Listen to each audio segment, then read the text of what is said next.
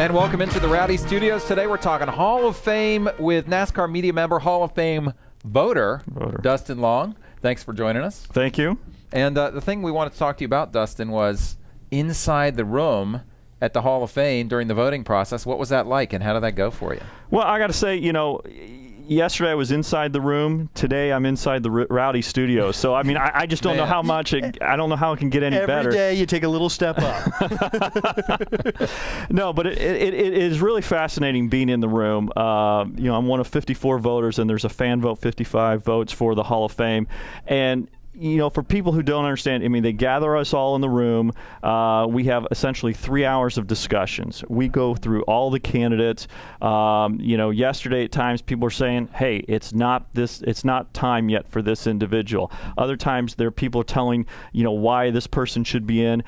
There's testimonials, there's speeches, there's storytelling. So there's some interesting stories about some of the candidates. It's just there's an interesting dynamic that goes on in that room, and we can talk about anything and we discuss anything, and like I said, we're doing it for 3 hours, and it's there's some interesting discussions that crop up. Did things change your mind at all in there? I mean, obviously you go in with five guys that you're leaning towards probably, and I think for a lot of people it would seem to me that Cale and Darrell and Dale Inman would have been, we felt like we were pretty sure they were going to get in. You were probably feeling the same way. Well, all three of those guys were on my ballot last year. So it's like, okay, if I put them on the ballot the second year, I can't take them off the third year suddenly, unless all of a sudden there was this mega class and have to be this incredible five that were added to the nominees that, could top those guys, and nobody can. So those three guys were on my automatic. There was a lot of talk in the room about getting somebody outside the Cup Series. The point being, it was a NASCAR Hall of Fame. That took up another vote. So if you had that, you didn't have any of the pioneers, and there's always been a lot of talk about having the pioneers. This is interesting because I remember talking to you after last year's vote, and you said that, I think this is what you said, correct me if I'm wrong, there was sort of this tension in the room between the old guard who wanted to make sure their own got represented, and that's where your Ned Jarrett and Bud Moore came from.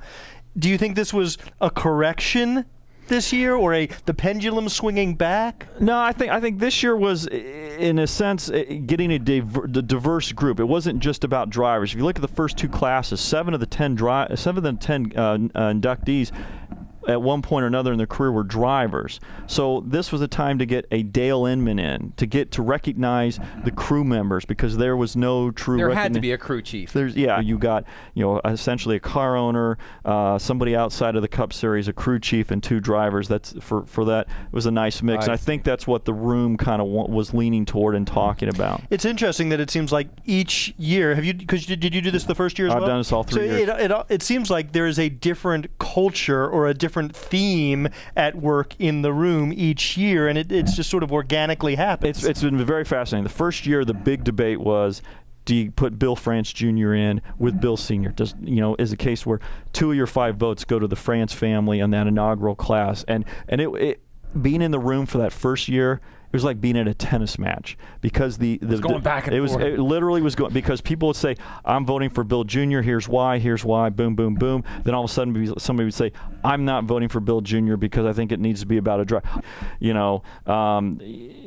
Brian France said, "Look, it's always been about the actors, the athletes, to his dad, and so he wouldn't mind not being in the first Hall of Fame." And Brian's comment that was really good in the first year was, "Hey, if there's a hot dog Hall of Fame, my dad wants to be in the first class." The question of order is, these guys, they're all going to get in eventually, and so it's. You can make a case for reasons. But there become lots of questions. Do you vote for people who are still alive so they can enjoy it, over people who've passed away? Do you have to look at who could help the Hall of Fame in promoting it? That's not something that I look at. Right. But you have all these different questions and I'll give NASCAR credit. In one sense, they've never given us criteria on this is what it takes to get in the Hall of Fame. Whereas in the Baseball Hall of Fame, if you get 300 wins as a pitcher, you're going to be in. You get 3,000 hits as a hitter, you're going to be in. Here, there's nothing says if you have. And so part of the time we're discussing what matters. But I think last year the room really struggled. Basically, tried to do a lot of nitpicking to convince, each member so they could convince himself why not to vote, almost like a straight ticket of the drivers, because that just took up so much space. And so it got into issues of like, well, what have you done for the sport after you retired? I think, there was a sense in the room that, people were saying, look, Yarborough and Waltrip are slam dunks. They have to be in this class. And I think if they hadn't have been in the class, I think a lot of fans would have further questioned the Hall of Fame. Yeah, I mean, Waltrip and Yarborough slam dunks, and Inman was a layup. Yeah, Inman was a pretty high percentage shot. Do you think that the 21 car winning the Daytona 500 this year worked in Glenwood's favor in terms of his induction? I think it helped. I think because that's a great story with the 21 team, with Glenwood being there that day. And the story was even told of how Richard Petty went and got Glenwood pit road and took him to victory lane. And the point was made that amazingly there are no pictures of that. And what an incredible scene of Richard Petty escorting Glenwood to victory lane for the Daytona 500. I think that story, that victory still resonates, and I think that played a role to some degree, or it might have helped get Glenwood another vote or two. And I think it probably came down to 1, 2 couple votes type of thing, and it's every little thing, and I think that's what got him in this year. Well, listen, Dustin, thank you so much for coming in and talking about this. We're going to talk about each individual driver and have that up on Rowdy.com as well, so thanks. Thank you. Rowdy.com. Say it like it is. Say what like it is? Rowdy.com.